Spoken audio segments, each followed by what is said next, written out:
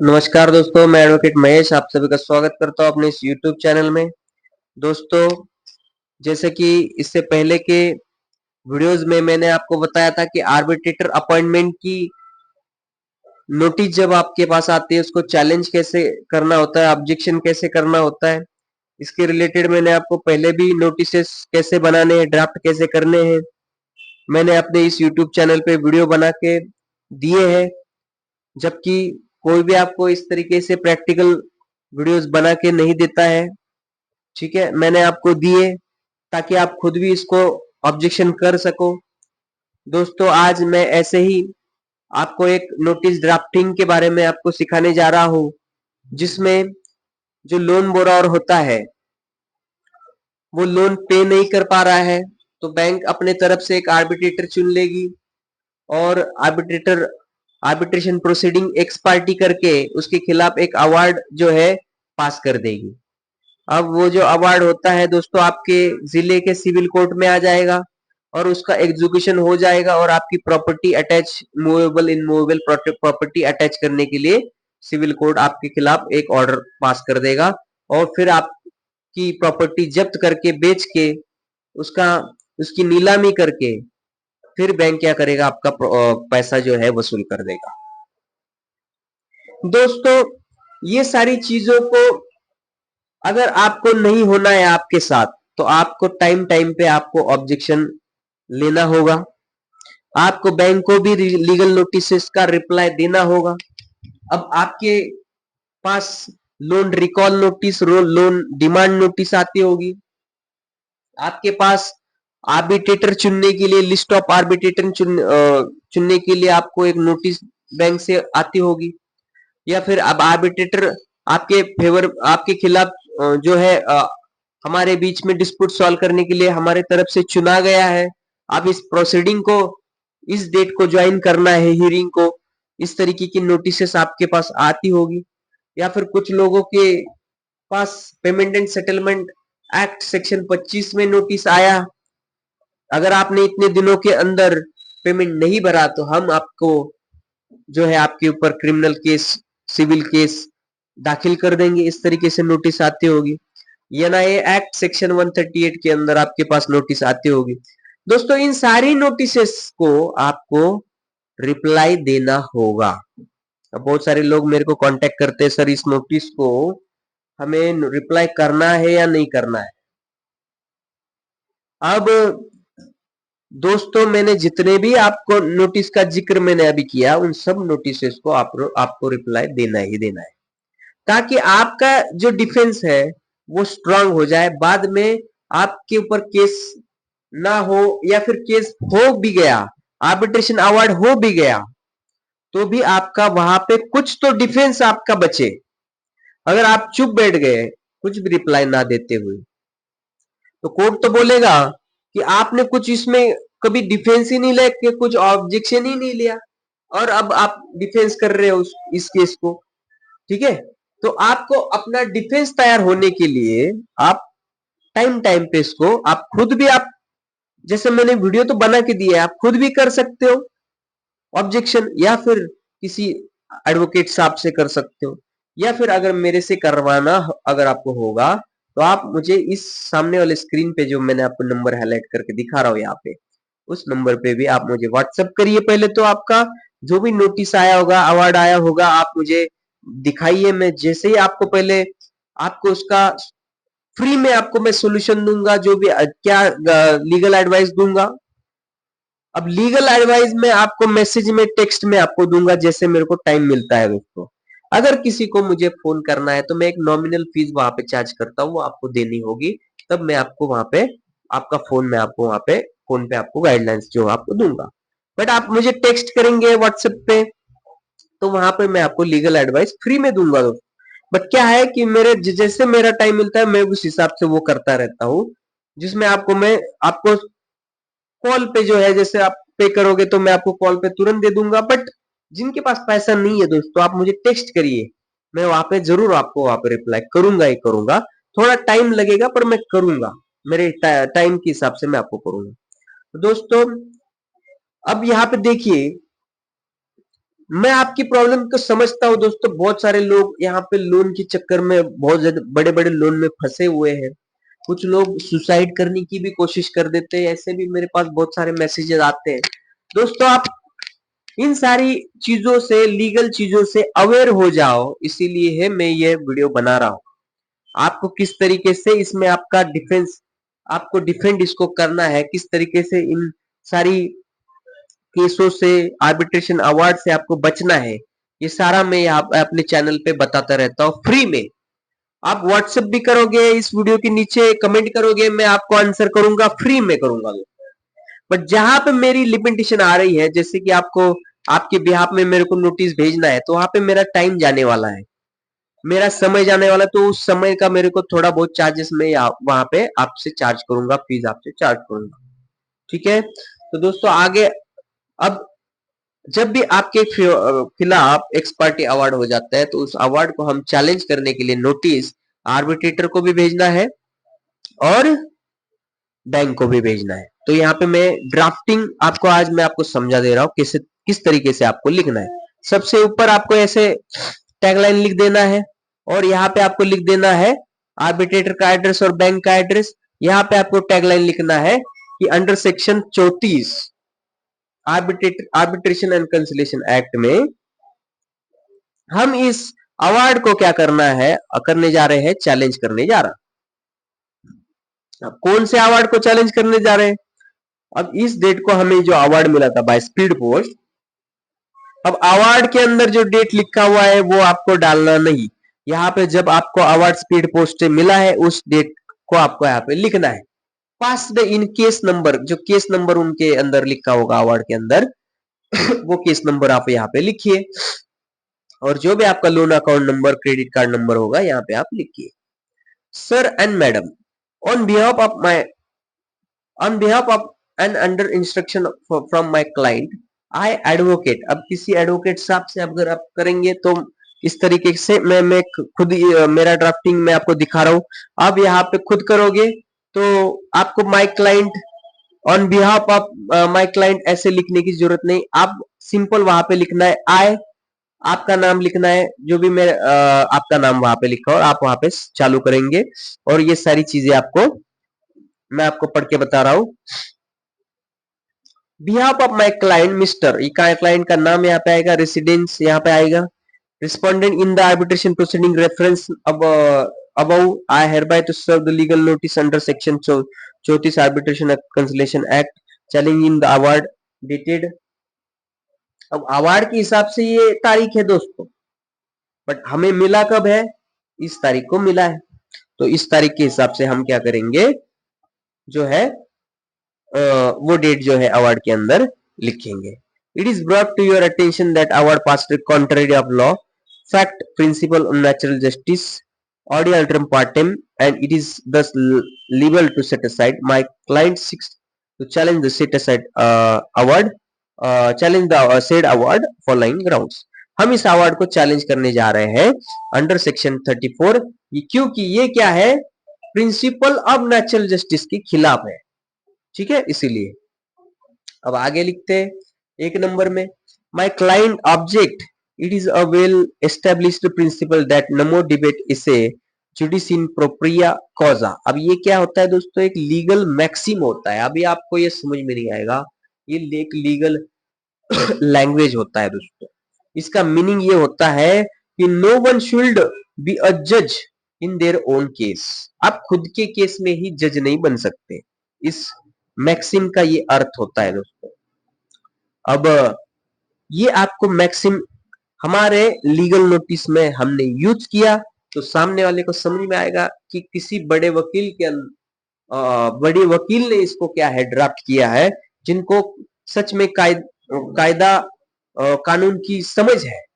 अब मैं मेरे को खुद को ही नहीं बड़ा वकील समझ रहा है दोस्तों, यहाँ पे आप मैं खुद को बड़ा नहीं बोल रहा हूं, मैं बस इसको सामने वाले पार्टी को ऐसा मैसेज जाना चाहिए कि इसको ड्राफ्ट किया गया है, कुछ टेक्निकल चीजों को इसके अंदर डाला गया है, इसके अंदर मतलब इसको क्या है कि एक्ट को पढ़ के कुछ कानून को समझ के इसको क्या किया है, ड्राफ्ट किया है, ऐसा उस सामने वाले को, आर्बिट्रेटर और बैंक को समझ जाना चाहिए, ठीक है। However, the arbitrated proceeding were conducted in manner that violated my client's right to fair hearing under Section 18 of Arbitration and Conciliation Act. अब ये क्या बोल रहा है कि आर्बिट्रेशन सेक्शन 80 क्या बोलता है, equal treatment of parties. Section 18 ये बोलता है कि दोनों पार्टी को इक्वल ट्रीटमेंट देना चाहिए। अब यहाँ पे आपने दोनों पार्टी को इक्वल ट्रीटमेंट सच में दिया है क्या आर्बिट्रेशन एक्ट के अंदर? तो दोनों पार्टी को इक्वल ट्रीटमेंट यहाँ पे दिया ही नहीं है, ठीक है। हमने इसमें बोला है despite multiple notification and opportunity been alleged provided the arbitrated tribunal failed to provide accommodate my client participation who did not proper notice and understanding of proceeding these grossly violate the principle of natural justice। अब आपने क्या है, natural justice के खिलाफ काम किया है, ऐसा मैं इसके अंदर लिखा हूं। आगे पढ़ते हैं दोस्तों, 2 नंबर का प्यारा, that my client assert that Arbitration and Conciliation Act 1996 the arbitrator proceeding were conducted online and the award passed by an arbitrator stated in Delhi seated in Delhi। My client further assert that he is residing in at Pune, Maharashtra। Arbitration award passed in Delhi is not original jurisdiction of my client। मेरा client रहने के लिए पुणे में है, पर आपने award पास कर दिया दिल्ली में, तो हमारा ये जुरिडिक्शन ही नहीं बनता। इसीलिए हम इस ग्राउंड के ऊपर ये अवार्ड को क्या करने जा रहे हैं, चैलेंज करने जा रहे हैं। 3 नंबर का पॉइंट है, my client object the arbitrated tribunal awarded in interest rate 18% per annum which is or not justified by any reasonable and equitable principle such as interest rate excessive and false doctrine of unsustainability of equality being contrary public policy as explained under section 34 subsection 2 b उसमें भी 2। अब ये जो section इसमें मैंने mention किया है, इस सेक्शन में पब्लिक पॉलिसी का जिक्र किया है। जो आर्बिट्रेशन एक्ट है इसके अंदर, इस सेक्शन के अंदर पब्लिक पॉलिसी का जिक्र किया है। अब 18% अभी हमारा क्लाइंट भर ही नहीं सक रहा है, पेमेंट पूरा अमाउंट भर ही नहीं सक रहा है, फिर आपने उसमें 18% इंटरेस्ट भी लगा दिया। मेरे क्लाइंट की जो है ऑलरेडी फाइनेंशियल इश्यू चल रहे हैं, कैसे भर सकता है ये आदमी? ये मर जाएगा या पैसा नहीं भरेगा, ठीक है ना। ये सुसाइड कर लेगा, पैसा नहीं भरेगा। अब लोग क्यों सुसाइड कर रहे हैं? लोन की वजह से। दोस्तों, इस तरीके के यूनिलैटरल तरीके बैंक अपनाती है, तो इसीलिए तो सामने वाला जो पर्सन होता है, लोन बोरोवर होता है, वो इस तरीके की सोच रखता है कि मैं सुसाइड क्यों नहीं कर लूं। दोस्तों, यहाँ पे आपको सुसाइड करने की जरूरत ही नहीं है, क्योंकि ये जो इस तरीके से बैंक हमारे साथ कर रही है, इसके लिए ऑलरेडी ये सेक्शन बना हुआ है पब्लिक पॉलिसी का, जो आर्बिट्रेशन एक्ट में ही लिखा हुआ है। तो हम ठीक से उसको समझाएंगे बैंक को, आर्बिट्रेटर को, तो वहां पे वो आगे जाके ये अवार्ड क्या हो जाएगा, रद्द हो सकता है, उसको सेटिसाइड किया जा सकता है, इसके ऊपर स्टे आ जा सकता है। दोस्तों, तो आपको टेंशन लेने की जरूरत नहीं है, बस आप लीगली उनके साथ लड़िए, लीगली उनको डिफेंड करिए। आगे 4 नंबर का पॉइंट है, the imposed award was passed in favor of ICICI Bank in complete contravention of principle of natural justice, equity, good conscience, resulting servo project against my client, stated or arbitrated to committed manifest error of law fact of following manner। अब ये award जो है natural justice के खिलाफ बनाया गया है, ये फॉलोइंग मैनर नीचे दिए गए इन 3 जो लीगल चीजें जो हमारे ऊपर डिफेंस, हमारे फेवर में जो डिफेंस बनता है, वो 3 चीजें मैंने इसके अंदर लिखी हुई है, जो बहुत ज्यादा तगड़ी है, जो सामने वाले पार्टी को जो लीगल नोटिस में हमने क्या लिखा है वो समझने के लिए, ठीक है। मतलब सामने वाले पार्टी कौन है? बैंक हो सकती है, आर्बिट्रेटर हो सकता है, जो भी फाइनेंशियल इंस्टीट्यूशन हो सकता है। अब पहला ए में क्या लिखा है हमने, it is the settle maxim that ex aequo et bono. मतलब ये एक मैक्सिम है, लीगल मैक्सिम, जिसमें बोला है फेयरनेस, ये मैक्सिम क्या बोलती है, fairness and equity should be guide the decision making procedure.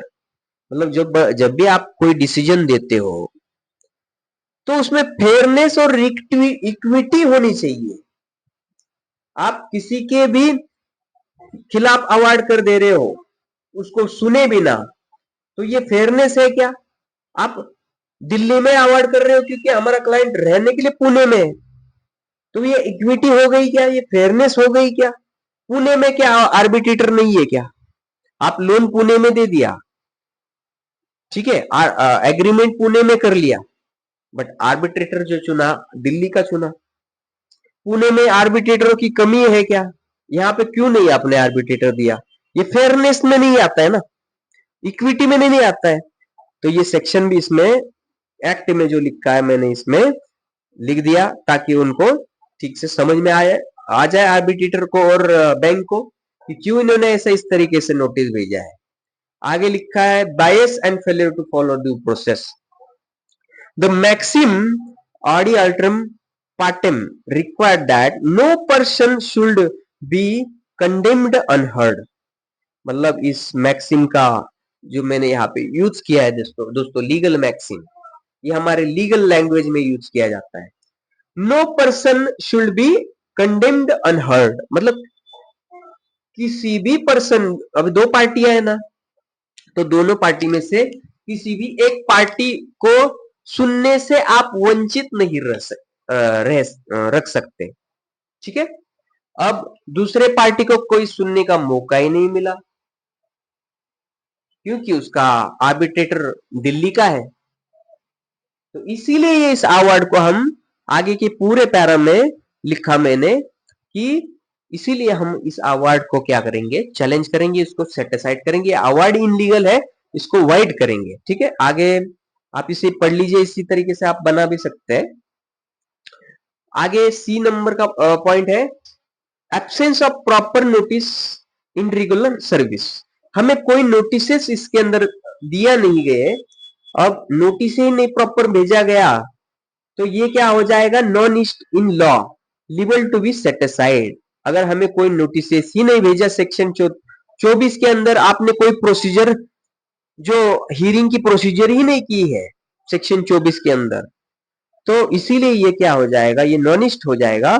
ये क्या हो जाएगा, ये अवार्ड वाइड हो जाएगा। नॉन ईस्ट का मतलब क्या है, अवार्ड क्या है, वाइड है, इनलीगल है, ठीक है। आगे पढ़ते हैं 5 नंबर का पैरा। इसमें लिखा है द इम्पज award direct my client to pay rupees 4,05,000 और इंटरेस्ट 18% के साथ, which is unsustainable not actually proper. Proper इसको आपने जो है 18% में आपने जो है अवार्ड का 4 लाख भी भरने के लिए बोला, 18% भी भरने के लिए बोला, तो ये अनसस्टेनेबल हो जाएगा। ये unserious country to prevailing the banking practice. Banking practice में आप ऐसा नहीं कर सकते। ये तो पुराने जो साहूकार रहते थे दोस्तों, अब बीच में आपको पुरानी थोड़ी सी चीजें बता रहा हूं। जो पुराने साहूकार होते थे ना, लोन देते थे 500 रुपए का, उसको 5,000 रुपए बना देते थे, और जो लोन बोरोवर होता था उनकी जमीनें हड़प लेते थे, उनके घर हड़प लेते थे, ठीक है, उनकी प्रॉपर्टी के ऊपर कब्जा कर देते थे, ठीक है ना। तो इस तरीके से आप मूवीज में भी देखा होगा पुराने साहूकार लोग कैसे किस तरीके से कर रहे थे। तो ये तो साहूकारी जैसा हो गया, ठीक है ना। आपने पैसा भी मांग लिया, 18% से भी मांग लिया। अब लोन बोरोवर फिलहाल उसकी कंडीशन ही ऐसी नहीं है, वो कैसे भर पाएगा इतना बड़ा लोन। उसको तो सेटलमेंट करना है, बैंक के प्रोसीजर की प्रैक्टिस के अंदर में सेटलमेंट भी आता है, लोन सेटलमेंट भी किया जा सकता है, ये तो बैंक के प्रैक्टिस के अंदर आता है। तो आप वो करिए ना। आपने इस तरीके से अवॉइड क्यों कर लिया, 18% के साथ इतना बड़ा अमाउंट क्यों कर लिया? तो ये क्या है, prevailing banking practices and guidelines for of the reserve bank of India. Reserve bank of India ने क्या बोला है उनके नोटिफिकेशन में, इससे पहले का एक वीडियो मैंने बना के दिया था, जिनमें रिजर्व बैंक ऑफ इंडिया ने बोला है कि आप लोन बोरोवर के खिलाफ लिटिगेशन में मत जाइए बहुत ज्यादा, आप उससे सेटलमेंट करने के लिए आप देख लीजिए, आप पहले वो कोशिश करिए, प्रॉपर उसको हैंडल करिए। लास्ट में आप जो है आप लिटिगेशन में जा सकते हैं, अवार्ड आर्बिट्रेशन में जा सकते हैं, केस उसके ऊपर कर सकते हैं। ठीक है, तो इस तरीके से 5 नंबर में मैंने बोला गया। अब से 6 नंबर का पॉइंट क्या बोल रहा है, during the course of proceeding tribunal passed an inter order under section 17 act of the act to freeze my client bank account. अब आपने हमारे क्लाइंट का बैंक अकाउंट भी फ्रीज कर दिया, ठीक है।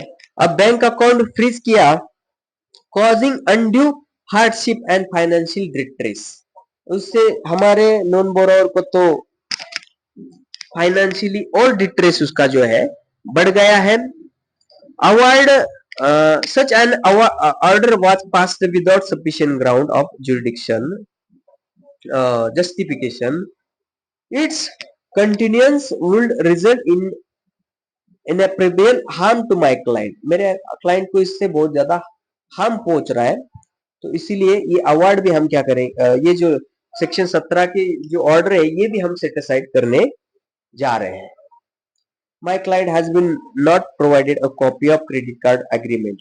हमें कोई एग्रीमेंट नहीं मिला और हमें पता ही नहीं हमारे एग्रीमेंट के अंदर आर्बिट्रेशन क्लॉज है कि नहीं, तो इसीलिए ये जो आपने अवार्ड पास किया है वो सच में इनफोर्सिबल है या फिर ये इनलीगल है। हमें तो आप क्या करिए, पहले लोन जो एग्रीमेंट हमें भेजिए उसमें हम चेक करेंगे कि इसमें सच में आर्बिट्रेशन का क्लॉज है या नहीं। In light of procedure irregularities and disputed amount, my client requests that arbitration award be set aside. हम क्या करने जा रहे हैं, इसको set aside करने जा रहे हैं, ठीक है। We are open to negotiating a fair settlement of outstanding amount in good faith. हम बैंक के साथ सेटलमेंट करना चाहते हैं, हमें कोई भी ऐसे आर्बिट्रेशन प्रोसीडिंग नहीं चाहिए, इस तरीके से इसमें मैंने बोला गया। अब 9 नंबर का पॉइंट है, इसमें बोला है my client request arbitration proceeding be conducted in Gorakhpur. अब हमारा जो है क्लाइंट गोरखपुर का है, आपने प्रोसीडिंग की मुंबई में, तो आप हम इस प्रोसीडिंग को नहीं मानते, आप जो है गोरखपुर में जो है प्रोसीडिंग करना है, तो गोरखपुर में हमने जहां पे हमने लोन लिया वहां पे करिए, हमें मुंबई में नहीं चाहिए, क्योंकि हमें फेयरनेस चाहिए इस प्रोसीडिंग के अंदर, इक्विटी चाहिए इस प्रोसीडिंग के अंदर, ठीक है।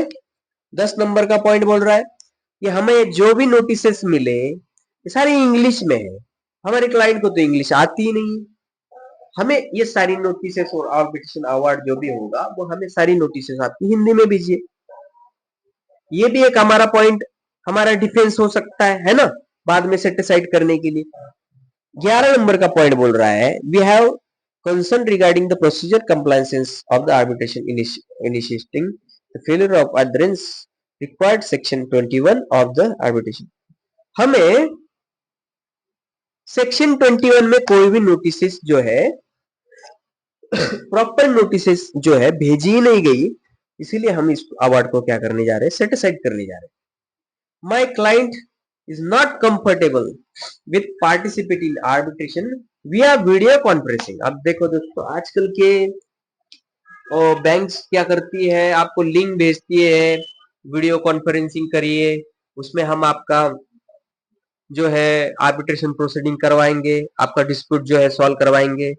अब हमारे क्लाइंट को वीडियो कॉन्फ्रेंसिंग क्या होता है वो ही नहीं समझ में आ रहा है, तो आप उसको लिंक भेज रहे हैं और लिंक के द्वारा सॉल्यूशन करने के लिए बोल रहे हैं। अगर नहीं लिंक के द्वारा आपने आपका प्रोसीडिंग ज्वाइन किया तो आप उसके खिलाफ एक्सपर्टी अवार्ड कर दे रहे हैं।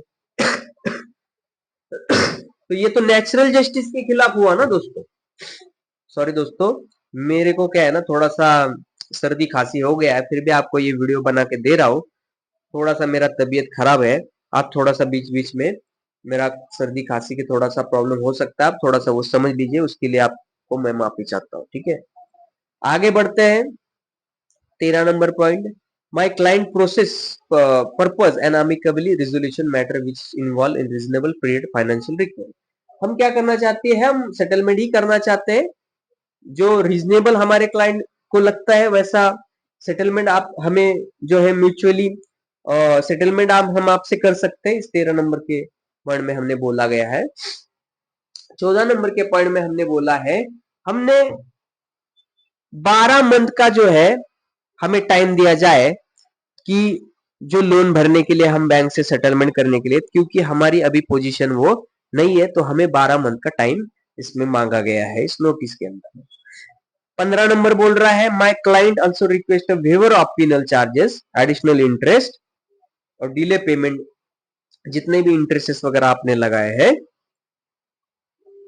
वो क्या कर दिया जाए, वेवर दिया जाए, हमें इंटरेस्ट से माफ कर दिया जाए। ठीक है, ऐसा रिक्वेस्ट भी हमने बैंक को इसमें कर दिया है। My client expressly reserve the right to claim cost damage any other in appropriate relief arising from losses and prejudice caused by my procedural irregularities, including the unilateral appointment of arbitrator and failure of furnish essential document in event of compliant terms and notice proceeding action against such as the recovery information enforcement of imposed award. My client shall be compelled to reserve remedies amicable under the law, including but not limited filing the application set aside award, seeking the execution stay, or initiating a writ petition before the Honorable High Court, as well as claiming damages for the undue hardship caused by this wrongful improper proceeding. अब फिर भी आपने ये award को enforce करने की कोशिश की, हमारी प्रॉपर्टी अटैचमेंट के लिए एग्जीक्यूशन पिटीशन लगाई, तो हम आगे जाके क्या करेंगे, एग्जीक्यूशन को स्टे भी ले सकते हैं, रिट पिटीशन भी कर सकते हैं हाई कोर्ट में अवार्ड को स्टे लेने के लिए, सेटिसाइड करने के लिए, इस अवार्ड को चैलेंज करने के लिए भी हम पिटीशन जो है हम कर सकते हैं सेक्शन 34 में। ठीक है, तो आगे एनी स्टेज ऑफ एग्जीक्यूशन में हम क्या कर सकते हैं, स्टे भी ले सकते हैं, हाई कोर्ट में भी हम जा सकते हैं, ऐसा इसके अंदर बोला गया है। We look forward to your prompt response action on this matter, facilitate fair and equitable arbitration procedure. आप करिए ना आर्बिट्रेशन प्रोसीडर, पर फेयर तरीके से करिए, इक्वेलिटी के साथ करिए, पब्लिक पॉलिसी के अंदर के साथ करिए, और आर्बिट्रेशन एंड कंसलेशन एक्ट के अंदर जो भी सेक्शंस बताए, जो भी मार्गदर्शन तत्व जो बताया है उसके साथ करिए। हम करने के लिए तैयार है, हमारे जुरिडिक्शन में करिए, जब हम पुणे में रहते हैं तो पुणे में करिए। ठीक है, हमारे दिल्ली में, बेंगलोर में, चेन्नई में नहीं चाहिए, जहां पे हमने लोन लिया वहां पे करिए। ठीक है, तो दोस्तों ये सब था नोटिस में लिखा हुआ, क्या क्या मैंने आपको समझा दिया। आशा करता हूं आपको ये सारी चीजें आपको समझ में आई होगी। दोस्तों देखो, इस तरीके से कोई भी नोटिस आपको वीडियो पे नहीं एक्सप्लेन करके बताएगा, मैंने आपको बता दिया दोस्तों, ताकि मुझे मालूम है बहुत सारे लोग जो है बहुत ज्यादा परेशानी में है दोस्तों। लोग, मेरे को बहुत सारे लोगों के मैसेज वगैरह आ जाते, मेरे को वो सहा नहीं जाता दोस्तों कि मैं वकील तो हूं, बट मेरे को आपसे खाली पैसा नहीं लेना है आपके लीगल एडवाइस के लिए, मेरे को कोई आपको 6 महीने का, साल भर का आपको कोई पैकेज नहीं देना है, ताकि वो पैकेज आप खरीदो और मैं आपको मेरा वकीली बिजनेस जो है मैं आगे बढ़ाऊं। मैं कुछ चीजों में आपको एक नॉमिनल फीस चार्ज करूंगा, जहां पे मेरा समय जाएगा वहां पे मैं एक नॉमिनल फीस आपको चार्ज करूंगा। जैसे आप मुझे कॉल करते हो तो मैं वहां पे आपको 100-200 रुपए चार्ज करूंगा, और जैसे आप मुझसे लीगल रिप्लाई नोटिस करोगे तो आपको मैं एक 1,500 से 2,000 रुपए आपको चार्ज करता हूँ दोस्तों, वो भी इंक्लूडिंग पोस्टल चार्जेस और एक्सपेंसेस वो रहेगी दोस्तों। दोस्तों मैं कोई भी 6 महीने का, साल भर का पैकेज लेने के लिए आपको नहीं बोलूंगा, उसके लिए बड़े बड़े अमाउंट में नहीं चार्ज करूंगा। आपका लोन 5 लाख का हो, 5 करोड़ रुपए का हो, मेरा फीस वही रहेगा दोस्तों। मेरा फीस बहुत ज्यादा मैं आपको नहीं बोलता हूँ। मैं नहीं बोलता हूँ कि आप मेरे से ही करवाए, आप कोई भी आपके नियरेस्ट वकील साहब से ये करवा सकते हैं। मैंने तो आपको ये सारा फॉर्मेट आपको समझा दिया है, आप खुद भी इसमें जो है आप खुद ही ड्राफ्टिंग कर सकते हो, अपने हिसाब से ये पॉइंट्स को ध्यान में रखते हो बना सकते हो। आपका खुद का भी अवार्ड जो है एनालाइज करके इसको बना सकते हो। और एक प्रॉपर नोटिस आपको बैंक को ईमेल भी कर दीजिए और रजिस्टर डाक से भी आप उनको जो है भेज दीजिए। अब जब आप रजिस्टर डाक भेजते हैं तो आप उसका ट्रैक रिपोर्ट जब उनको पहुंच जाता है, उसका ट्रैक रिपोर्ट भी जो है दोस्तों आप डाउनलोड करके अपने पास अपने सेफ्टी के साथ जब भी नोटिस पहुंचेगी उनको, तो सेफ्टी के लिए अपने बाद में चैलेंज करने के लिए आप उसमें ट्रैक रिपोर्ट भी आप इंडिया पोस्ट की वेबसाइट से डाउनलोड करके रख देना है दोस्तों। दोस्तों आशा करता हूँ ये सारा वीडियो आपको समझ में आया। दोस्तों जरूरतमंदों के पास आप ये वीडियो को जरूर शेयर करना। आप वीडियो को जरूर लाइक कर दीजिए दोस्तों। आप बहुत सारे लोग लाइक नहीं करते, मैं इतना ज्यादा मेहनत ले रहा हूँ आपके साथ आपके लिए, आप कम से कम वीडियो को लाइक करिए। वीडियो को लाइक करने से क्या हो जाएगा, ज्यादा से ज्यादा लोगों के पास ये वीडियो पहुंच जाएगा, क्योंकि वीडियो तभी ज्यादा वायरल होता है, लोगों के पास जाता है जब आप उसको लाइक करोगे दोस्तों, ठीक है। और ज्यादा से ज्यादा लोगों को ये हेल्प मिल पाएगी। और ये टेक्निकलिटी लोगों के पास नहीं रहती है दोस्तों, ठीक है, जो मैंने इस नोटिस के अंदर लिखा है, ये टेक्निकलिटी नोटिस के अंदर जो है, लीगलिटी नोटिस के अंदर जो है आनी चाहिए, तब जाके आपका नोटिस जो है स्ट्रांग हो जाएगा, आपका डिफेंस जो है दोस्तों स्ट्रांग हो जाएगा। बाकी मैं आपसे, अगर मेरे से आपको ये ड्राफ्ट करके लेना है रिप्लाई, ठीक है, मेरे बिहाफ आपके बिहाफ में मेरे आप चाहते हो मैं इसका रिप्लाई करूं ऑल ओवर इंडिया में, कहीं से भी आप मुझे बोल सकते हो, आप मैं आपके बिहाफ में मैं ये नोटिस जो है भेज सकता हूँ। ऐसा नहीं है कि आप मैं पुणे में रहने के लिए हो तो मैं आपके बिहाफ में नहीं भेज सकता हूँ। आप कहीं से भी ऑल इंडिया में हो रहने के लिए, आपके बिहाफ में मैं ये नोटिस भेज सकता हूँ। आप मुझे इस नंबर पे व्हाट्सएप कर सकते हैं।